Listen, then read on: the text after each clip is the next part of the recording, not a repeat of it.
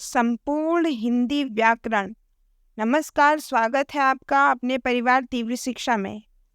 आप सभी लोग बिहार शिक्षक का फॉर्म भर चुके होंगे और उम्मीद है आप लोग की तैयारी अच्छी चल रही होगी। तो आज हम जो 75 नंबर की हिंदी आने वाली है, ठीक है, उनमें से लगभग यहाँ इस वीडियो से आपके 50 से 60 प्रश्न जरूर बनेंगे। ठीक है, तो आप लोग इस वीडियो को पूरा जरूर देखिए और अपनी हिंदी मजबूत करिए। 75 में से आप लोग को 30 नंबर लाना बहुत ज़रूरी है, तभी आप लोगों का सामान्य ज्ञान यानी जो कि 120 नंबर का है और जिसके आधार पर आप लोगों का चयन होगा वो कॉपी चेक होगी। अगर आप लोग हिंदी और इंग्लिश में क्वालिफाइंग नहीं है तो आप लोगों की कॉपियाँ आगे की नहीं चेक होंगी। तो आज हम लोग अपने हिंदी को अच्छे से मजबूत करते हैं, ठीक है, और एक अच्छे तरीके से हम लोग पढ़ते हैं।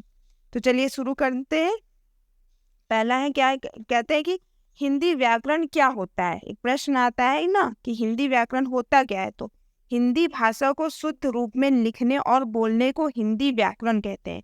आप लोगों से कोई भी पूछ सकता है, ठीक है, जैसे आप लोग कल को अध्यापक बनेंगे, अध्यापिका भी बनेंगी, तो आप लोग को सबसे पहले तो बच्चे ही पूछेंगे मैम ये हिंदी व्याकरण क्या होता है, तो आप लोग क्या बताएंगे। तो आप ध्यान रखिए कि हिंदी भाषा को शुद्ध रूप में लिखने और बोलने को हिंदी व्याकरण कहते हैं।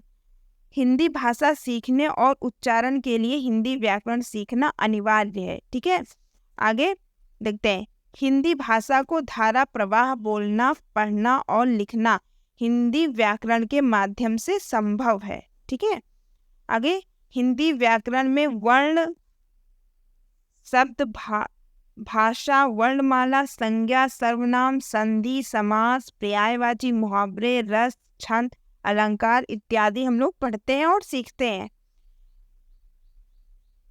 हिंदी भाषा का इतिहास लगभग 1000 वर्ष पुराना है। हम आप लोगों को प्रश्न बताते रहेंगे कि कौन कौन से प्रश्न है, तो आप लोग उसे नोट्स जरूर बना लीजिएगा। तो यहीं पे एक प्रश्न बनता है कि हिंदी भाषा का इतिहास लगभग कितने वर्ष पुराना है, तो 1000 वर्ष पुराना है। संस्कृत सभी भाषाओं की जननी है। संस्कृत भारत की सबसे प्राचीन भाषा है, ये तो आप लोग जानते होंगे।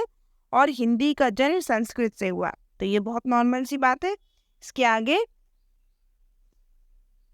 संस्कृत के बाद पाली भाषा का विकास हुआ, तो ये ध्यान रखिएगा, ये संस्कृत के बाद किस भाषा का विकास हुआ, तो पाली भाषा का। एक प्रश्न यहाँ हो गया। पाली के बाद प्राकृत भाषा का विकास हुआ, दूसरा प्रश्न। और प्राकृत भाषा पहली ईस्वी से लेकर 500 ईस्वी तक रही, ये हुआ तीसरा प्रश्न। क्योंकि पाली प्राकृत हमारे बिहार साइड में ही ज़्यादा प्रचलित हुई, तो यहाँ से प्रश्न जरूर बनेगा। ठीक है, तो प्राकृत भाषा पहली ईस्वी से लेकर 500 ईस्वी तक रही, ये इसका समय पीरियड भी नोट कर लीजिएगा। तो यहाँ से आपको 3 प्रश्न मिल गए। आगे पढ़ते हैं हम लोग। प्राकृत भाषा के बाद अपभ्रंश का विकास हुआ और यह 500 से 1000 ईस्वी तक माना गया। अपभ्रंश का काल कितना रहा, 500 ईस्वी से लेकर 1000 ईस्वी तक। और अपभ्रंश के ही जो सरल और देसी भाषा शब्द से अवहट कहा जाता है। ठीक है, अपभ्रंश से धीरे धीरे बोलते बोलते जो सरल और देसी भाषा बनी उसे अवहट कहा गया और अवहट से ही हिंदी का उद्भव हुआ। तो हिंदी का उद्भव कहाँ से हुआ, अवहट भाषा से। ठीक है, अवहट का नाम जिक्र मैथिल महान कवि कोकिल विद्यापति कीर्तिलता में आता है। तो विद्यापति कहाँ के थे, ये बिहार के थे, मैथिल के। ठीक है, तो इनकी जो कीर्तिलता है, इनमें कौन सी भाषा का यूज किया गया है, अवहट भाषा का। ये भी प्रश्न बन सकता है। ठीक है, तो आप लोग इसे भी नोट कर लीजिए कि विद्यापति ने कीर्तिलता में कौन सी भाषा का जिक्र किया, तो अवहट भाषा का। ठीक है, आगे महाकवि विद्यापति कई भाषाओं के ज्ञाता थे, लेकिन इनकी अधिकांश रचना संस्कृत एवं अवहट में है। हिंदी भाषा का विकास क्रम हम पढ़ते हैं, ये प्रश्न जरूर एग्जाम में आप लोग के बनेगा। तो देखिए, सबसे पहले संस्कृत, इसके बाद पाली, प्राकृत, अपभ्रंश, अवहट, इसके बाद हिंदी। ठीक है, ये आपको आगे पीछे ये आ सकता है और इसको क्रम से लगाने के लिए एग्जाम में जरूर आएगा। तो ये प्रश्न आप लोग जरूर नोट करिए। इसका सही क्रम यही है, संस्कृत, पाली, प्राकृत, अपभ्रंश, अवहट, हिंदी।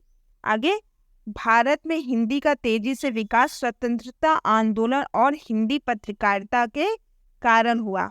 भारत के स्वतंत्र होने के बाद 14 सितंबर 1949 को हिंदी भारत की राजभाषा घोषित कर दिया गया। ये नोट करिए कि हिंदी भारत को राजभाषा कब घोषित किया, तो 14 सितंबर 1949 को हिंदी भारत की राजभाषा घोषित किया गया। बहुत ही इंपॉर्टेंट यहाँ से प्रश्न बनेगा। आगे, हिंदी आज दुनिया की सबसे बड़ी आबादी द्वारा बोली और समझी जाने वाली भाषा है। हिंदी को आज 18% लोग पूरी दुनिया में बोलते हैं।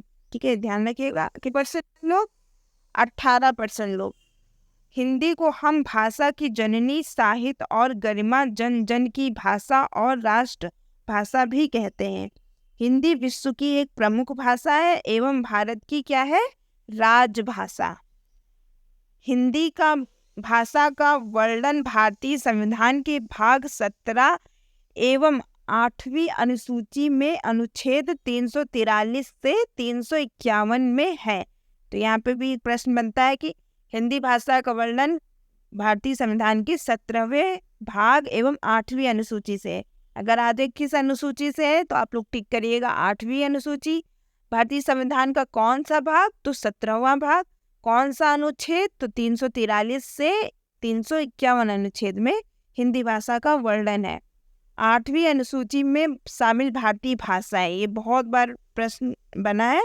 तो 8वीं अनुसूची में शामिल भारतीय भाषाएं की कितनी संख्या है, 22। ठीक है, कौन कौन सी, देखिए 22 में कश्मीरी, सिंधी, पंजाबी, हिंदी, बंगाली, आसामी, उड़िया, गुजराती, मराठी, कन्नड़, तेलुगु, तमिल, मलयालम, उर्दू, संस्कृत, नेपाली, मणिपुरी, कोंकणी, बोडो, डोंगरी, मैथिली को भी शामिल किया गया है और संथाली। ठीक है, तो ये 22 भाषाएं हैं। आगे, वैसे राज्य जहां अधिक हिंदी बोली जाती है वो कौन कौन से हैं, वो है बिहार, छत्तीसगढ़, हरियाणा, हिमाचल प्रदेश, झारखंड, मध्य प्रदेश, राजस्थान, उत्तराखंड, जम्मू और कश्मीर, उत्तर प्रदेश और राष्ट्रीय राजधानी दिल्ली में हिंदी अधिकतर बोली जाती है। आगे, हिंदी वर्ण और वर्णमाला। ठीक है, तो अब हम हिंदी वर्ण वर्णमाला एकदम संक्षेप में पढ़ते हैं। तो ध्वनियों को व्यक्त में जो लिपि का चिन्ह प्रयोग होता है उसे वर्ण कहते हैं। एग्जाम में आता है ना, वर्ण किसे कहते हैं, तो हम जो भी ध्वनि निकालते हैं मुख से, उसके जो हम लोग चिन्ह बनाते हैं उसी को हम क्या बोलेंगे, वर्ण। वर्ण भाषा की लघुत्तम इकाई है, वर्ण भाषा की लघुत्तम इकाई है। वर्ण के खंड या टुकड़े नहीं किए जा सकते। ये बहुत बार प्रश्न पूछा गया है कि वर्ण भाषा की कौन सी इकाई है, तो लघुत्तम यानी सबसे छोटी इकाई। आगे, हिंदी में इन वर्णों को अक्षर भी कहा जाता है, जैसे अ, आ, ई, उ, का, खा ना, इसको क्या बोलेंगे, अक्षर या वर्ण। आगे वर्णमाला पढ़ते हैं। यहाँ से प्रश्न जरूर से जरूर आपके एग्जाम में आएगा ही आएगा, 3 से 4 नंबर। वर्णों के व्यवस्थित समूह को वर्णमाला कहते हैं। ठीक है, हिंदी वर्णमाला में कुल 52 वर्ण होते हैं, पहले स्वरों वर्ण तथा बाद में व्यंजन वर्ण। आगे देखिए, मूल वर्ण कितने हैं, 44 हैं, 11 स्वर, 33 व्यंजन। मूल वर्ण 44 है। ठीक है, इसमें किसको नहीं गिना गया, अंग, आहर, अड़ा, अढ़ार, छा, त्रा, ज्ञा, स्रा, इनको इसमें नहीं गिना गया है। तो मूल वर्णों की संख्या कितनी है, अगर एग्जाम में आए तो 44 पे टिक करिएगा, 52 पे टिक नहीं करिएगा। प्रश्न को आप लोग ध्यान से जरूर पढ़िएगा। तो मूल वर्णों की संख्या 44 है, 11 स्वर और 33 व्यंजन। ठीक है, इसमें किसको नहीं जोड़ा गया, तो अंग, आहा, ढा, ढाड़ा, छा, तंग, ज्ञा और स्रा को। उच्चारण के आधार पर कुल वर्ण कितने, ऐसे प्रश्न बनते हैं। तो उच्चारण के आधार पर 47 वर्ण है। ठीक है, जिसमें 10 स्वर है और 37 व्यंजन है। अभी क्या प्रश्न बना था कि मूल वर्ण 44, लेकिन उच्चारण के आधार पर आया जाए तो आप लोग 47 पे टिक करिएगा। ठीक है, री, अंग, आहा, रा, ढा को छोड़कर। और कुल वर्णों की संख्या कितनी है, तो ये 52 है। आप लोग ये सिंपल सा अधिकतर यही लोग टिक कर देंगे, लेकिन आप लोग प्रश्न को पढ़ के टिक करिएगा। 13 स्वर और 39 व्यंजन। ठीक है, कुल वर्णों की संख्या प्रश्न बने तो 52 पे टिक करिएगा। उच्चारण के आधार पर प्रश्न बने तो 47 टिक करिएगा। और मूल वर्णों की संख्या से प्रश्न बने तो आप लोग 44 टिक करिएगा। आगे, लेखन के आधार पर वर्ण 52 है, 13 स्वर, 39 व्यंजन। मानक वर्ण भी इसको माना गया है, 52 ही है, 13 स्वर और 39 व्यंजन।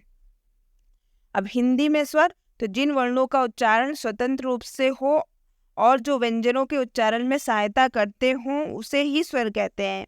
स्वरों की कुल कितनी संख्या है? हिंदी में 13 है। ठीक है, आ ई ई उ री ए आय ओ औ अंग आहा, ये 13 स्वर हैं।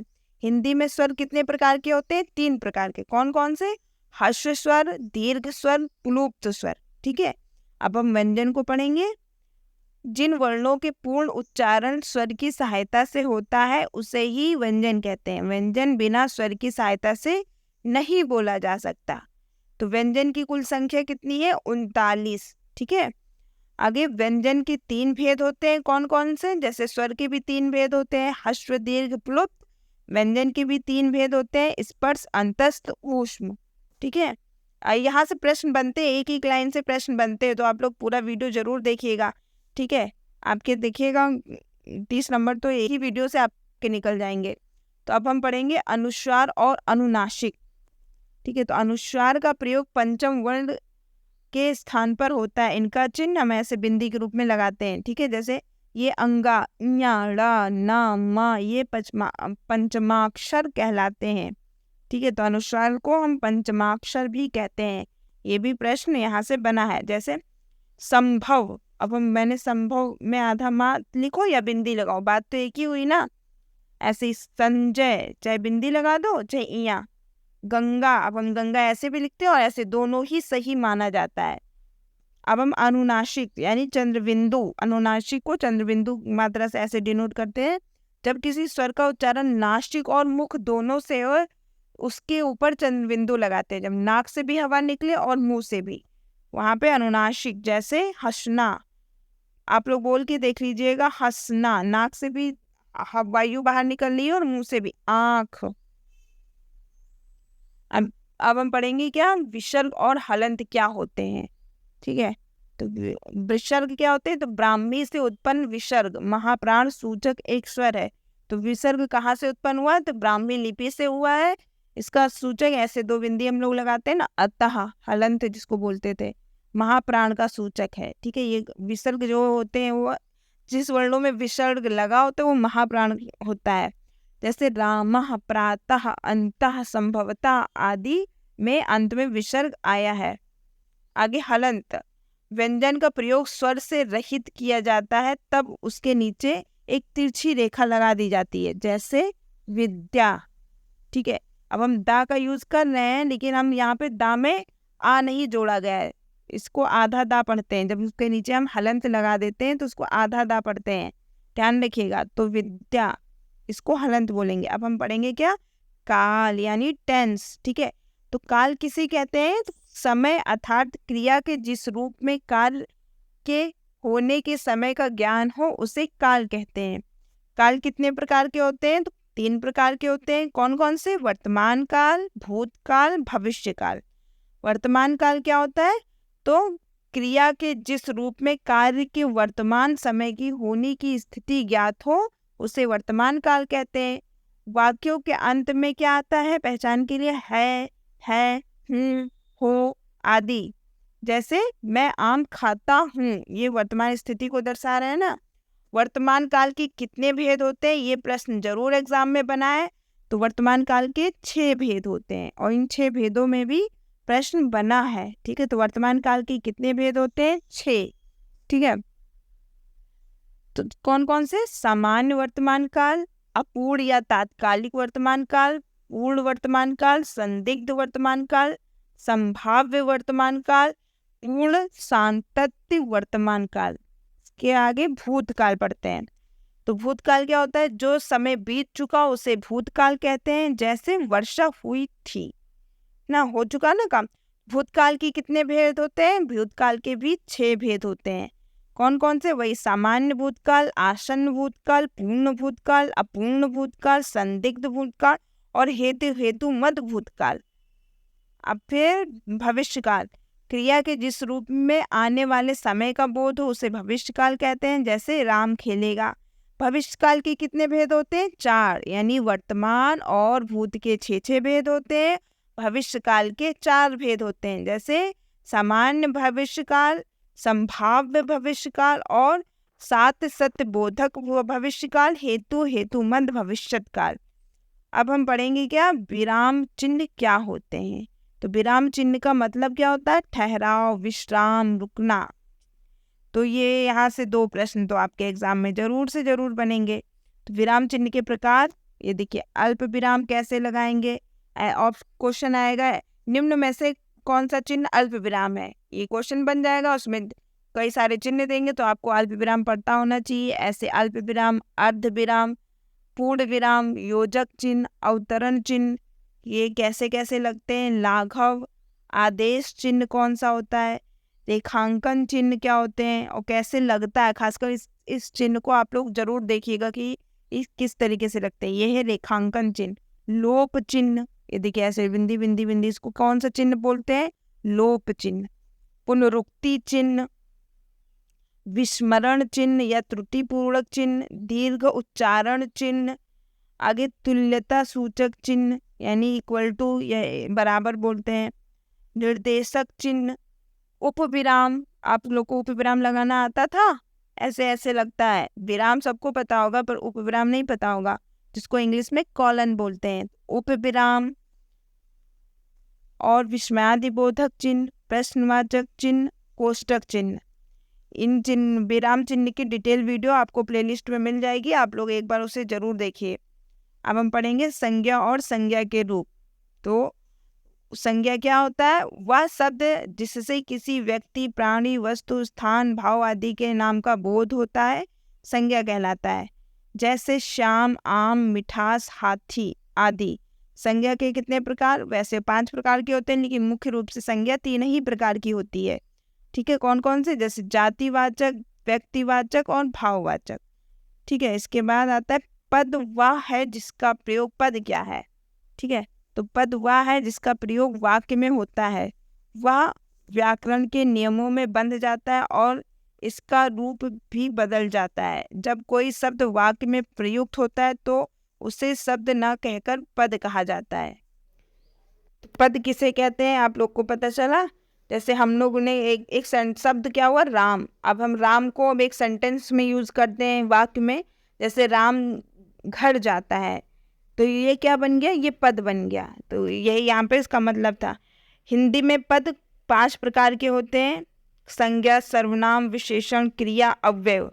ठीक है, आगे लिंग पढ़ते हैं। तो लिंग, जो शब्द स्त्री व पुरुष में भेद उत्पन्न करता हो उसे लिंग कहते हैं। वह शब्द जिससे किसी भी व्यक्ति, वस्तु आदि में स्त्री पुरुष होने का ज्ञान कराता हो उसे ही लिंग कहते हैं। लिंग कितने प्रकार के होते हैं, 2 प्रकार के, स्त्रीलिंग और पुल्लिंग। और वचन क्या होता है, तो ये भी एग्जाम में यहाँ से भी क्वेश्चन बनेगा। ठीक है, आपको स्त्रीलिंग, पुल्लिंग, वचन ये सब अच्छे से 200, 400, 500 या छोटे भाई बहनों की पुस्तक से सारे पढ़ लेने चाहिए।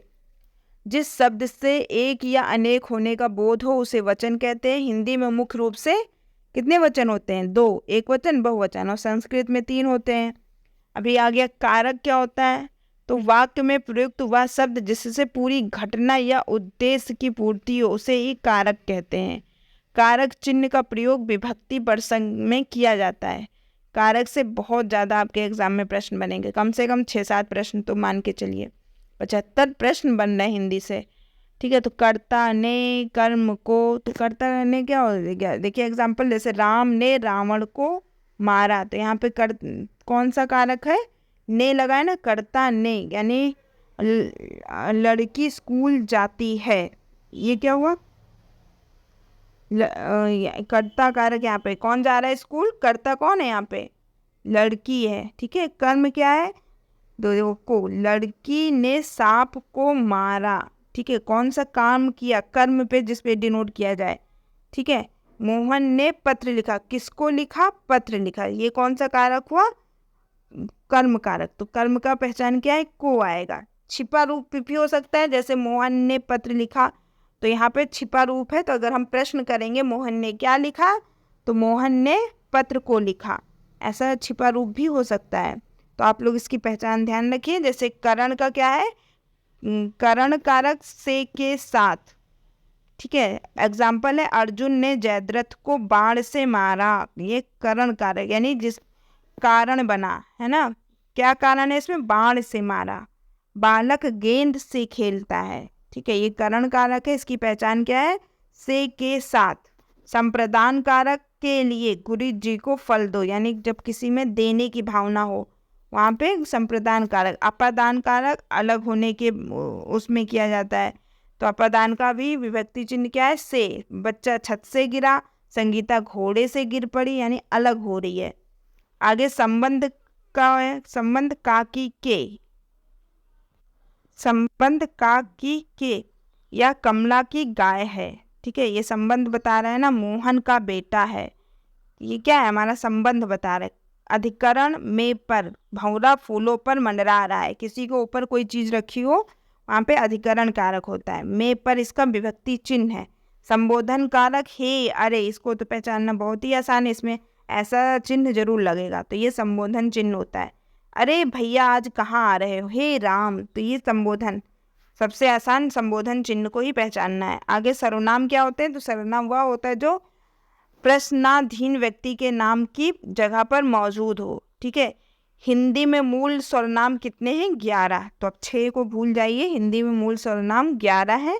कौन कौन से, मैं, तू, आप, यह, वह, जो, सो, कौन, क्या, कोई, कुछ, को जरूर पढ़ लीजिएगा।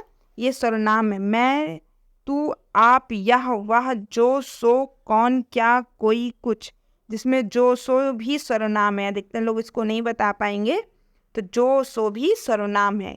हिंदी में मूल सर्वनाम कितने हैं, 11 हैं। ये प्रश्न में आ चुका है।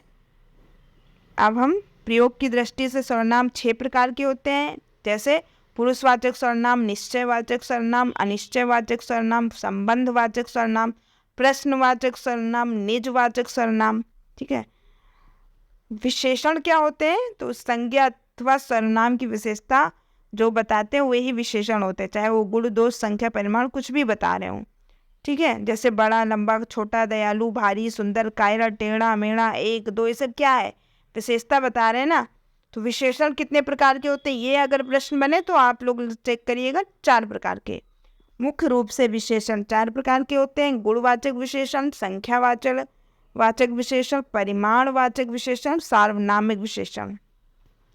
इससे क्वेश्चन भी बनते हैं कि सार्वनामिक विशेषण, इनमें से कौन सा सार्वनामिक विशेषण है या इनमें से कौन सा परिमाणवाचक विशेषण है। तो आप हिंदी के हम प्रैक्टिस सेट लगा रहे हैं, आप लोग उसको ज़रूर से ज़रूर उससे प्रैक्टिस सेट किया करिए, जिसमें आपको इन सारे प्रश्नों के आंसर मिल जाएंगे। अब हम पढ़ें, क्रिया क्या होते हैं, तो जिस शब्द अथवा शब्द समूह के द्वारा किसी कार्य के होने अथवा किए जाने का बोध हो उसे क्रिया कहते हैं। ठीक है, जैसे सीता नाच रही है, काम के होने का बोध हो रहा है ना, कोई भी काम। क्रिया विशेषण क्या होते हैं, तो जिन शब्दों से क्रिया की विशेषता का पता लगता है, ठीक है, उन्हें ही क्रिया विशेषण करते हैं। यानी कोई काम कर रहा है तो कैसे कर रहा हो ये बता रहा हो। जैसे अब सीता राधा नाच रही थी, तो राधा कैसे नाच रही, राधा तेज नाच रही थी, राधा अच्छा नाच रही थी, राधा अच्छा नहीं नाच रही थी, यही सब है ना। क्रिया के जो भी कार्य हो रहा है उसकी विशेषता बताए, वो क्रिया विशेषण है। क्रिया विशेषण कितने प्रकार के होते हैं, 4 प्रकार के। क्रिया विशेषण भी 4 प्रकार के होते हैं, कौन कौन से, स्थानवाचक, कालवाचक, परिमाणवाचक, रीतिवाचक। आगे उपसर्ग क्या होते हैं, तो जो शब्दों की शुरुआत से में जुड़कर उनके अर्थ में कुछ विशेष परिवर्तन लाते हैं, उन्हें उपसर्ग कहते हैं। हिंदी व्याकरण में प्रमुख उपसर्ग की संख्या कितनी है, 13, जबकि संस्कृत में कितने उपसर्ग हैं, 22। तो हिंदी का आप लोग ध्यान रखिएगा, हिंदी में कितने उपसर्ग हैं, 13। जैसे छूता, छूता भी एक शब्द है, लेकिन इसके आगे आ उपसर्ग लग गया तो क्या बन गया, अछूता। अछूता मतलब उसके अर्थ को ही परिवर्तित कर दिया गया है ना, तो उपसर्ग उसके अर्थ को पूरी तरीके से परिवर्तित कर देता है। उपसर्ग मुख्यतः 3 प्रकार के होते हैं, कौन कौन से, तत्सम, तद्भव और आगत उपसर्ग। ठीक है, ये आप लोग को नहीं पता होगा, तो कौन कौन से उपसर्ग होते हैं, तत्सम उपसर्ग, तद्भव उपसर्ग, आगत उपसर्ग। अब हम पढ़ेंगे क्या, समास क्या होते हैं। तो समास का मतलब क्या होता है, संक्षिप्तीकरण। ठीक है, समास का क्या मतलब होता है, संक्षिप्तीकरण। तो हिंदी व्याकरण में समास का शाब्दिक अर्थ होता है छोटा रूप। जैसे कहते नहीं है वाक्यों के लिए एक शब्द, रसोई के लिए घर, क्या हो गया, रसोई घर। पढ़ने के लिए विद्या मतलब घर, तो विद्यालय। पढ़ने के लिए आलय, विद्यालय। आगे समास के कितने भेद होते हैं, 6 भेद, कौन कौन से, अव्ययीभाव समास, तत्पुरुष समास, कर्मधारय समास, द्विगु समास, द्वंद्व, बहुव्रीहि समास। तो ये समास के 6 भेद होते हैं। आप हिंदी का प्रैक्टिस सेट जरूर लगाया करिए इस चैनल के माध्यम से।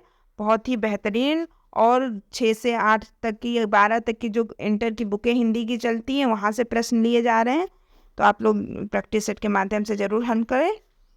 अब हम अलंकार क्या होते हैं, तो ये अगर इनसे क्वेश्चन बनते हैं तो अलंकार का शाब्दिक अर्थ होता है आभूषण, यानी जिस प्रकार स्त्री की शोभा आभूषण से हो उसी प्रकार काव्य की शोभा अलंकार से होती है, अर्थात जो किसी वस्तु को अलंकृत करे वह अलंकार है।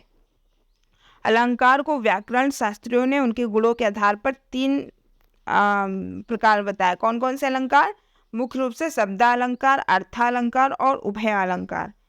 अब विलोम शब्द का मतलब होता है विपरीत शब्द, ठीक है। तो जिस शब्द से अपने निश्चित अर्थ होते हैं और उनके उन अर्थों के विपरीत अर्थ देने वाले शब्द को विलोम शब्द कहते हैं। ये आप लोग को पता होगा। इंग्लिश में इसे एंटोनिम्स बोलते हैं, ठीक है। तो विलोम शब्द भाई बहने सब बहुत पहले आप लोगों ने पढ़ा होगा छोटे में। तत्सम तद्भव भी आप लोग पता होगा। एक छोटा सा देखते हैं कि तत्सम शब्द जो कि संस्कृत से लिए जाते हैं और तद्भव शब्द वे होते हैं जो कि हम लोग के संस्कृत से नहीं लिए जाते, उनको बोलचाल की भाषा में हम यूज़ करते हैं। तो तद्भव शब्द 2 शब्दों से तत् धन भव से मिलकर बना है, जिसका अर्थ होता है उससे उत्पन्न, किससे? संस्कृत से उत्पन्न। और तत्सम शब्द वे होते हैं जो कि सम, तत्सम यानी संस्कृत के समान, यानी जो संस्कृत के ही शब्दों को हिंदी में वैसा का वैसे ही ले लिया गया है, उसे ही हम तत्सम शब्द कहते हैं, ठीक है। तो ये मैंने शॉर्ट में आप लोगों को जो परिभाषाएं हैं वो बताया है, और इसका भी प्रैक्टिस सेट लगा करके आप हिंदी में बहुत ही अच्छे अंक ला सकते हैं। तो हमारे चैनल को सब्सक्राइब जरूर कर लें। धन्यवाद।